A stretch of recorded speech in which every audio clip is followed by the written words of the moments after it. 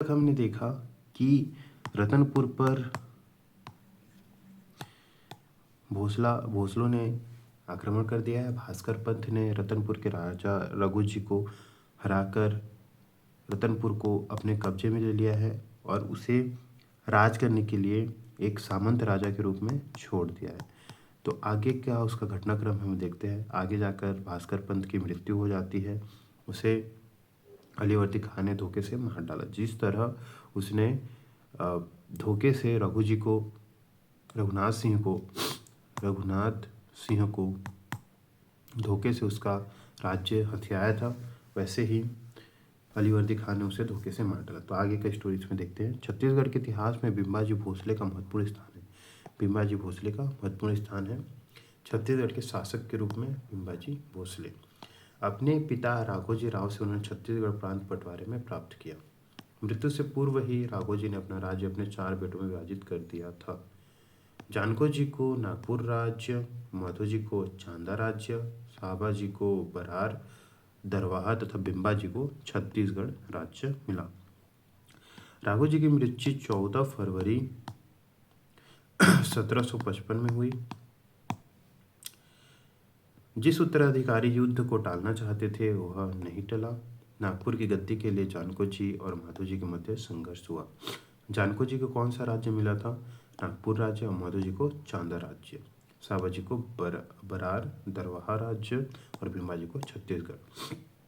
इस संघर्ष में बिम्बा जी अपने सहोदर मुधो जी के साथ थे। बिम्बा जी जो थे वो सहोदर मुधो जी के साथ थे।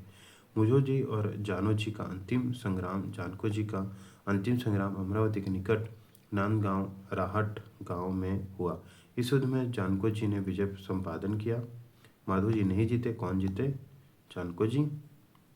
बिम्बा जी को छत्तीसगढ़ प्रांत मिल गया, मगर रायपुर की राजनीति में उलझे रहने कारण वे यहाँ नहीं आ सके।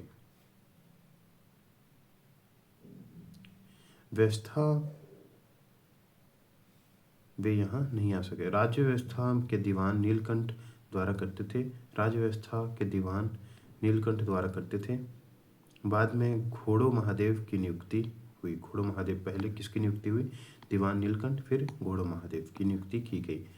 छत्तीसगढ़ का प्रांत बंटवारे में प्राप्त होने के बावजूद बिम्बा जी संतुष्ट नहीं थे। छत्तीसगढ़ प्रांत बंटवारे में प्राप्त होने के बावजूद बिम्बा जी संतुष्ट नहीं थे। राजनीति के पंडित न होते हुए उन्होंने यही माना कि उन्हें नागपुर से हटाना उद्देश्य था। नागपुर की यही राजनीति थी। मोहन सिंह मराठा शासन की एक सीढ़ी था जिसे बिम्बा जी ने पूर्ण कर दिया था। मराठों ने एक पात्र सेवक के रूप में राघोजी प्रथम की मृत्यु के समय वह उपस्थित था और उनकी सेवा किया। राघोजी की मृत्यु के बाद उसके जीवन में फिर से एक बड़ा तूफान आया। उसे अपेक्षा थी कि छत्तीसगढ़ पर उसे ही शासन करने दिया जाएगा। बिम्बा जी की छत्तीसगढ़ के लिए नियुक्ति से उसका असंतुलित होना स्वाभाविक है। एकाएक राज्य का त्याग करना उसके लिए असंभव था। मोहन सिंह ने लड़ने की मुद्रा बनाई, सैनिकों को एकत्र किया और अधिकार छीनने वाले संघर्ष की तैयारी की। व्यक्ति सोचता कुछ है और होता कुछ है। प्रभु को यह स्वीकार नहीं था। मोहन सिंह बीमार पड़ा और मर गया। बिना किसी विरोध के बिम्बा जी भोसले को छत्तीसगढ़ का राज्य बिना किसी खून खराबे से प्राप्त हो गया।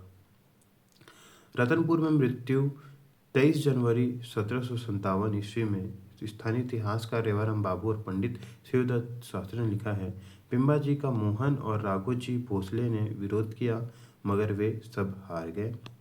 उपरोक्त दोनों मतों में से जो भी सही हो, इतना निश्चित है कि किसी भी प्रकार से बिना रक्तपात हुए यह घटना बिम्बा जी का राजाधिकार सफलतापूर्वक घटित हुई। बिम्बा जी को विरोध की आशंका थी, इसलिए उन्होंने अपना मार्ग बदला और प्रायः प्रयुक्त किए जाने वाले मार्ग पेंड्रा की ओर रतनपुर आने के स्थान पर उन्होंने रायपुर पहुंचे और फिर रतनपुर छत्तीसगढ़ प्रांत पर अधिकार बिंबाजी की महत्वपूर्ण सफलता थी। सैन्य दृष्टि से यह सेनापतित्व की दृष्टि से नहीं मगर साहस की दृष्टि से अनुभव शून्य राजकुमार को प्रारंभ में इसे प्रोत्साहन मिला। बिंबाजी का शासन कब से? रायपुर होते हुए बिंबाजी भोसले रतनपुर पहुंचे। कलचुरी शासकों का महल मानो उनकी प्रतीक्षा कर रहा था। रतनपुर के प्राचीन महल में प्रवेश कर बिंबाजी ने छत्तीसगढ़ के शासन की बागडोर संभाली। छत्तीसगढ़ पर बिंबाजी का शासन कब से प्रारंभ हुआ, इस बारे में अनेक स्रोतों से जानकारी नहीं मिलती। केवल मुकुंद रंगनाथ ने अपने शोध प्रबंध में 4 फरवरी 1757 ईस्वी से बिंबाजी भोसले के शासन का प्रारंभ मानते हैं। वास्तव में 4 फरवरी 1757 ईस्वी वह तिथि थी जब बिंबाजी नागपुर से रतनपुर के लिए रवाना हुए थे। रतनपुर पहुंचने में उन्हें 3 माह का समय लगा होगा, क्योंकि सेना के साथ वे आगे बढ़ रहे थे। मई 1757 ईस्वी का कोई दिन रहा होगा जब रतनपुर के महल में प्रविष्ट हुए होंगे। प्यारेलाल गुप्त ने भी 1757 ईस्वी से बिंबाजी का छत्तीसगढ़ पर शासन प्रारंभ माना है। प्रयागदत्त शुक्ल भी 1757 ईस्वी से शासन का प्रारंभ मानते हैं। बिंबाजी जब नागपुर से रवाना हुए तब उनके साथ अनुभवी व योग्य मराठों को रखे। नए प्रदेश में शासन तंत्र को स्थापित करने और समस्त सूत्रों के केंद्रीकरण के लिए यह अपेक्षित था। छत्तीसगढ़ पर मोहन सिंह का दबदबा था। जमींदार, सेठ और साधारण जनता उससे दबती थी। नया शासक अपने ढंग से शासन को सुधारने के लिए अपने मराठा सहायकों को पदस्थ किया। घोड़ो महादेव, कृष्णाजी उपाध्याय, महम दरखा, कादर खां, नीलू पंडित, पहाड़ीक आदि लोगों के साथ बिंबाजी ने छत्तीसगढ़ में पदार्पण किया। बिंबाजी का छत्तीसगढ़ आगमन उनकी इच्छा के विरुद्ध था, क्योंकि छत्तीसगढ़ के विषय में उनकी कल्पना बड़ी भ्रामक थी कि यह प्रदेश पिछड़ा हुआ है, यहाँ के लोग असभ्य हैं, जंगली हैं, इसलिए राज्यों में आय का साधन नगण्य है। उत्तराधिकार युद्ध में बिंबाजी के सहोदर मधोजी विजयी हुए तो यह निश्चित है कि बिंबाजी छत्तीसगढ़ नहीं आते और नागपुर में रहते और अपने प्रतिनिधियों के माध्यम से छत्तीसगढ़ पर शासन करते। घटनाक्रम में ऐसी स्थिति उत्पन्न कर दी कि बिंबाजी को छत्तीसगढ़ आना पड़ा।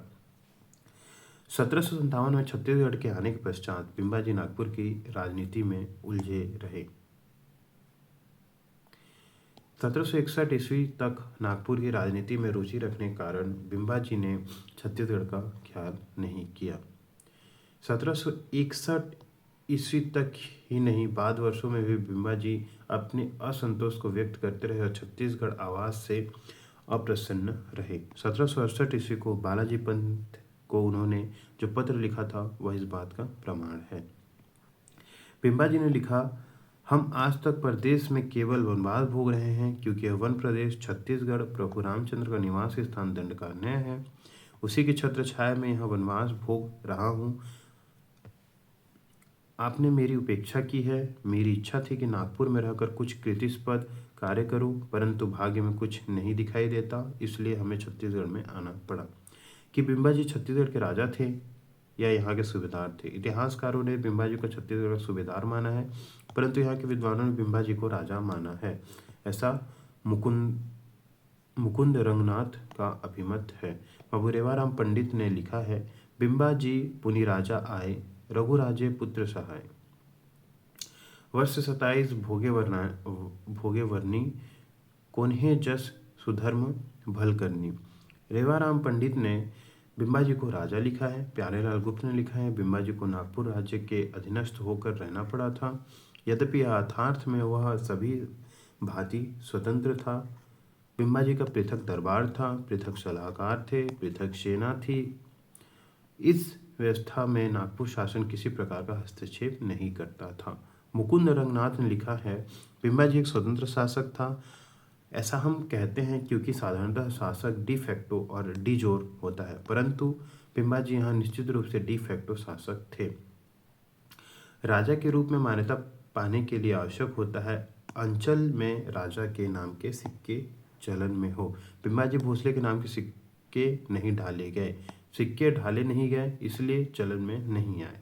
अंचल में नागपुरी राजा के सिक्के चलते थे। इससे भी प्रमाणित होता है कि अंचल में राजा नागपुर के भोसले थे। बिंबाजी भोसले उनके सुविधार मात्र थे।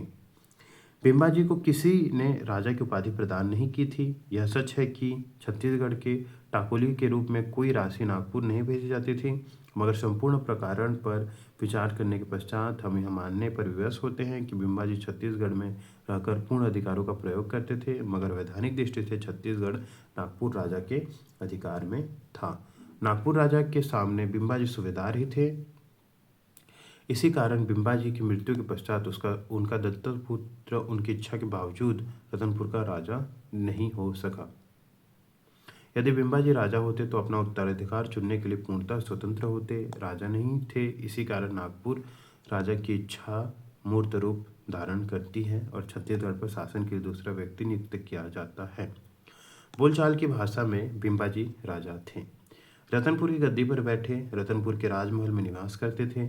सेना का खजाने पर पूरा नियंत्रण था। उनका दरबार भी लगता था, इसलिए राजा जैसी प्रतिष्ठा उन्हें प्राप्त थी। राजनीति शास्त्र व इतिहास के अध्येता प्रमाणों के अभाव में बिंबाजी को राजा स्वीकार नहीं करते। पश्चातवर्ती मराठा शासक की तुलना में उनका शासनकाल अंचल की जनता को पसंद था। रतनपुर में रहकर शासन करने के कारण इस अंचल की प्रजा ने उन्हें राजा के रूप में माना, आदर दिया और राजभक्ति की सतत प्रदर्शन भी किया। नागपुर एवं पूना के पत्र व्यवहार में राजश्री बिंबाजी भोसले के नाम से जाना जाता है। छत्तीसगढ़ में आधुनिक युग का प्रारंभ। छत्तीसगढ़ में आधुनिक युग का प्रारंभ कब से माना जाए, यह विवादास्पद विषय है। इतिहासकारों का एक वर्ग 1741 से आधुनिक छत्तीसगढ़ का प्रारंभ मानते हैं। यह तार्किक तथ्य पर आधारित है। 1741 में मराठा सेनापति भास्कर पंत ने रतनपुर के राजा रघुनाथ सिंह को परास्त किया। रघुनाथ सिंह को शासन से पृथक कर अपने व्यक्ति को शासन सूत्र का संचालन नियुक्त किया। छत्तीसगढ़ मराठा शासन का प्रारंभ 1741 से ही नहीं माना जा सकता। मराठा शासन के प्रारंभ का आधार मानकर यदि आधुनिक युग का प्रारंभ तर्क रखना है तो मई 1757 ईस्वी की तिथि केंद्रित होना पड़ेगा। यह वह तिथि है जब नागपुर से प्रस्थान कर बिंबाजी भोसले रतनपुर पहुंचकर औपचारिक रूप से इस अंचल का शासन सूत्र संभालते हैं। उल्लेखनीय है कि बिंबाजी भोसले ने पिता की मृत्यु के पश्चात अपने सेनापति पांडुरंग को छत्तीसगढ़ पर अधिकार करने के लिए भेजा था, मगर पांडुरंग को सफलता नहीं मिली। पराजय व निराशा से वह लौटा था। बिंबाजी स्वयं एक बड़ी सेना व अनुभवी सेना नायकों से आर पार की लड़ाई लड़ने आया था। लड़ाई होती तो क्या होता, इस पर तर्क वितर्क अनर्थक है। मोहन सिंह बीमार पड़ा और मर गया। इस प्रकार से छत्तीसगढ़ पर मराठा आधिपत्य के मार्ग की मुख्य बाधा दूर हुई। ऐसी स्थिति में मई 1757 ईस्वी से ही छत्तीसगढ़ इतिहास का आधुनिक युग का प्रारंभ मानना अधिक समुचीन होगा।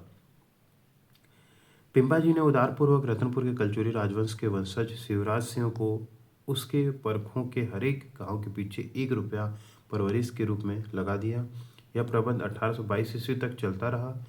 स्वतः खोए राजवंश के वारिसों को बिंबाजी का यह उदारपूर्वक दिया तोहफा था। बड़े घाव पर मरहम पट्टी का नरम हाथ था। मराठा प्रदेश में जन्मे पले बड़े बिंबाजी विरासत में मराठा चरित्र पाए थे। छत्तीसगढ़ में उनका आगमन एक आउटसाइडर के रूप में था, जिसे छत्तीसगढ़ के लोगों की भावनाओं से बहुत कम वास्ता था। वे तो नागपुर राज्य के प्रति समर्पित दूरस्थ पदस्थ होने के बावजूद उनके विचार नागपुर दरबार के साथ थे। प्रारंभ में ऐसी स्थिति रहना स्वाभाविक था। बिंबाजी इस अंचल में आने के पश्चात स्थिति से समझौता करते हैं। नागपुर राजा जानको जी से उनके संबंध तनावपूर्ण नहीं रहे। राजा का समर्थन उन्हें प्राप्त था। छत्तीसगढ़ में शांति व व्यवस्था स्थापित करना, नए स्वामी के लिए स्वामी भक्ति के भाव उत्पन्न करना था।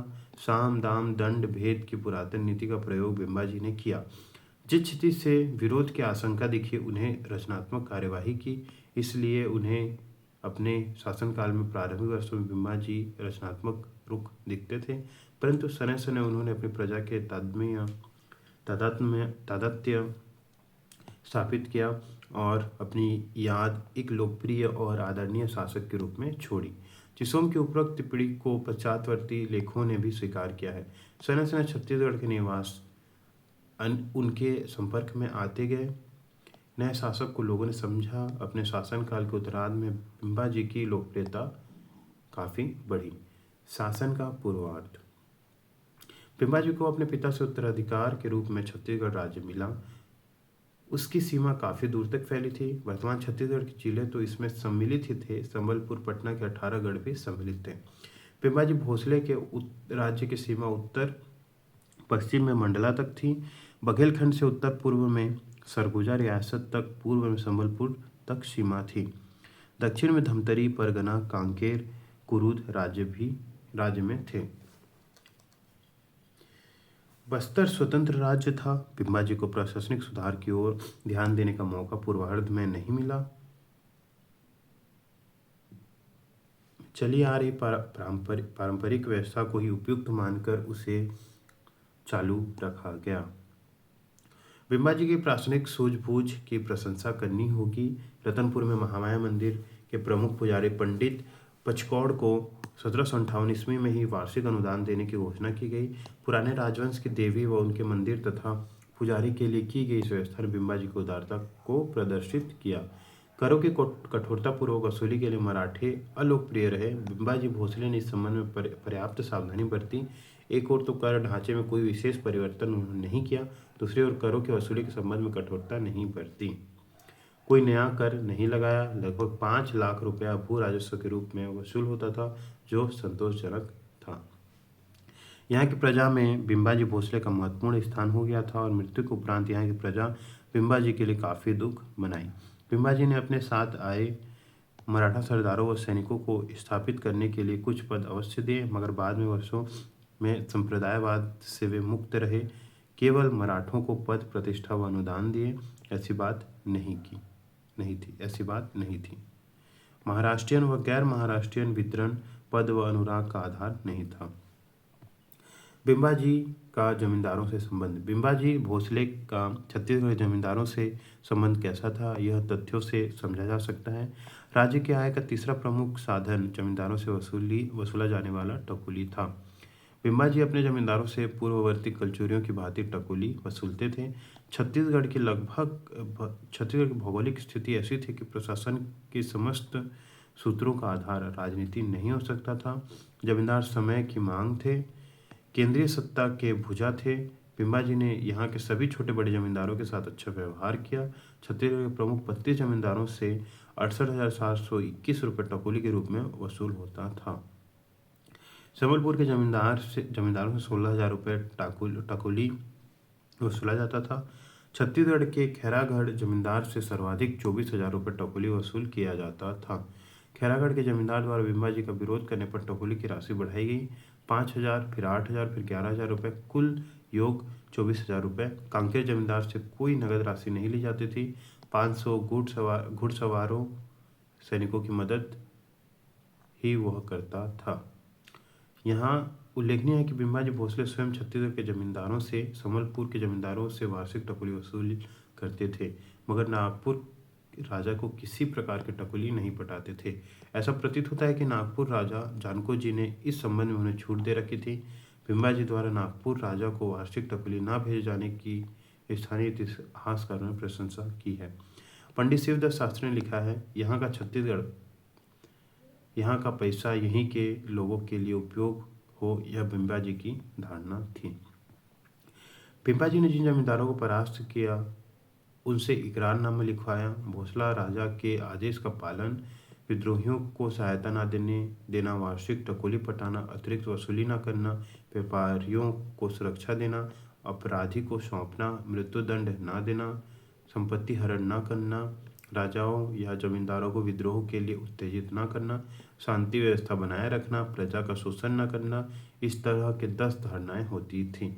जिन जमींदारों ने नई व्यवस्था के साथ समझौता कर पिंबाजी का सहयोग दिया, उनके साथ अच्छा व्यवहार किया गया। पिंबाजी भोसले का बस्तर राजा संबंध अनिश्चित प्रकार का था। पहाड़ी जंगली प्रदेश होने के कारण बस्तर से सतत संपर्क नहीं हो सकता था। जब मराठा सैनिक अधिकारी बस्तर पहुंचे तब राजा उन्हें बाध्य होकर राशि पटाता था। रतनपुर से बस्तर की दूरी अधिक थी। प्रतिवर्ष लगान करना ही रतनपुर का उद्देश्य होता था। बाकी सभी मामलों में बस्तर राजा स्वतंत्र था। 1787 ईस्वी में पिंबाजी की मृत्यु के पश्चात बस्तर राजा ने 4-5 वर्षों तक टकोली नहीं पटाया। यहाँ कैप्टन ब्लंट की रिपोर्ट से ज्ञात होता है डॉक्टर पी.एल. मिश्र ने पिम्बाजी का बस्तर से संबंध विषय पर गहन अध्ययन करने के पश्चात लिखा है, in the absence of anything of the soil we are forced to the conclusion that Bastar remained out of the purview of बिमागी। सिहावा धमतरी तालुके के लिए बस्तर राजा की बिम्बाजी से लड़ाई हुई। बस्तर राजा को यद्यपि पीछे हटना पड़ा, मगर निर्णायक विजय कोई प्राप्त नहीं कर सका। इस बात से प्रमाण मिलते हैं कि कांकेर बिम्बाजी के अधीनस्थ था। धीराज सिंह कांकेर के राजा थे। सिहावा तालुका कांकेर के अधीन था। बस्तर राजा सिहावा जीतना चाहता था। बिम्बाजी ने कांकेर राजा की सहायता की और बस्तर राजा को पीछे हटने के लिए बाध्य किया। खैरागढ़ के जमींदार ने बिम्बाजी का विरोध किया। वह दंडित हुआ और टाकोली की राशि बढ़कर 24,000 रुपये वार्षिक कर दिया गया। 1768 ईस्वी में खैरागढ़ पर बिम्बाजी ने आक्रमण किया। 1784 ईस्वी में पुनः आक्रमण कर भास्कर पंत के नेतृत्व में हुआ। 1784 ईस्वी में पुनः आक्रमण भास्कर पंत के नेतृत्व में हुआ। सरगुजा रियासत पर भी महिपत राव काशी के नेतृत्व में आक्रमण किया गया। सरगुजा से 3,000 रुपये टकोली ली जाती थी। चांग बकार रियासत पर बिम्बाजी ने 1775 ईस्वी में आक्रमण किया और उसे वार्षिक टकोली देने के लिए बाध्य किया। कोरबा के जमींदार बिम्बाजी का विरोध किया था, अतः उस पर आक्रमण किया गया। विद्रोह का कठोरतापूर्वक दमन किया गया। बिम्बाजी कोरबा जमींदार से इतने नाराज थे कि न केवल 5,000 रुपये दंड दिया, बल्कि जमींदारी जब्त कर ली गई। जमींदारी जब्त करने की यह एकमात्र घटना थी। चांपा जमींदार दीवान कहलाते थे। उन्होंने भी बिम्बाजी का विरोध किया था, मगर मराठी सैनिकों के आते ही समझौता कर लिया। पंडरिया के जमींदार से संबंध कटुतापूर्ण रहे। धमधा जमींदार ने बिम्बाजी का विरोध किया। 1781 में धमधा पर आक्रमण किया गया। पराजय निकट जान जमींदार ने अपनी पत्नी के साथ जल समाधि ले ली। बिम्बाजी का अधीनस्थ होकर जीना उन्हें सहाय नहीं था। धमधा के जमींदार पर उसका पुत्र जमींदार बनाया गया। टाकोली देना उसने स्वीकार किया। बिम्बाजी भोसले ने जमींदारों के साथ अच्छा व्यवहार किया। जिन जमींदारों ने उसका विरोध किया और समझौता नहीं किया, उन्हें कठोरतापूर्वक दबाया गया। आंतरिक मामलों में जमींदारों को स्वायत्तता दी गई। टाकोली पटाना व अधीनस्थ रहना ये 2 मुख्य शर्तें थी जो राजा व जमींदारों से स्वीकार करवाया जाता था। मृत्यु पर्यंत बिम्बाजी भोसले ने छत्तीसगढ़ पर नियंत्रण रखा। बिम्बाजी भोसले का छत्तीसगढ़ के इतिहास में महत्वपूर्ण स्थान है। राज परिवार के होने के कारण नागपुर दरबार में छत्तीसगढ़ प्रांत महत्व पाया। दुबले पतले सुंदर शरीर वाले बिम्बाजी ने रतनपुर के निवासियों का मन मोह लिया। 3 पत्नियां आनंदीबाई, उमाबाई, रमाबाई थीं। किले के चारों ओर खाइयां खुदवाई गईं। राम मंदिर, लक्ष्मीनारायण मंदिर, खंडोबा मंदिर बनाया गया। मुसलमानों के लिए रतनपुर में मस्जिद बनाया गया। तो ये थे हमारे बिम्बाजी भोसले का शासनकाल। बिम्बाजी किसके पुत्र थे? रघुजी भोसले के ये पुत्र थे। रघुजी भोसले के 4 पुत्र थे। पहला जानको जी, दूसरा माधो जी, तीसरा साबो जी, तीसरा बिम्बाजी, चौथा बिम्बाजी। तो जानको जी को नागपुर मिला, माधो जी को चांदा मिला, साबो जी को बरार मिला और बिम्बाजी को छत्तीसगढ़ मिला। रघु जी की मृत्यु 14 फरवरी 1755 को हो गई। जिस उत्तराधिकार युद्ध को वो टालना चाहते थे वो नहीं टला और जानको जी और माधो जी के मध्य युद्ध हुआ नागपुर को लेकर और बिम्बाजी भोसले ने माधो जी का साथ दिया और माधो जी इसमें हार गए, जानको जी इसमें जीत गए। जानको जी के जीतने पर छत्तीसगढ़ बिम्बाजी को दिया गया, छत्तीसगढ़ पर अधिकार करने। इतिहासकारों का मत है कि बिम्बाजी को उन्होंने राजा बनाकर भेजा था, लेकिन ऐसा कोई साक्ष्य प्राप्त नहीं होता कि उन्हें राजा का दर्जा दिया गया था। वे केवल यहाँ सूबेदार मात्र ही थे। इसका पता इससे लगता है कि उनके मृत्यु के बाद 1757 में उनकी मृत्यु के बाद उन्हें उनके पुत्र को रतनपुर राज्य नहीं दिया गया। भीमा जी का जो शासनकाल है वो 1757 मई 1757 में शुरू होता है और 1787 में खत्म होता है। मतलब 1757 में उसकी 1787 में उनकी मृत्यु हो जाती है। लगभग 330 वर्ष का यह उनका शासनकाल था। वे नागपुर से 2 फरवरी 1757 को निकले थे और लगभग मई 1757 में 3 माह की यात्रा करने के पश्चात पहुँचे होंगे। इनमें सबसे महत्वपूर्ण है वे छत्तीसगढ़ के लिए एक बेहतरीन राजा थे। उन्होंने उनके शासनकाल में छत्तीसगढ़ की जनता को कोई कठिनाइयों का सामना नहीं करना पड़ा। वे कर आरोपण भी बहुत कठोर नहीं रखे हुए थे। उनके शासनकाल में छत्तीसगढ़ की जनता ज़्यादा खुशहाल जीवन व्यतीत की थी। ठीक है, इसके बाद इसका क्वेश्चन देखते हैं आगे। ठीक है।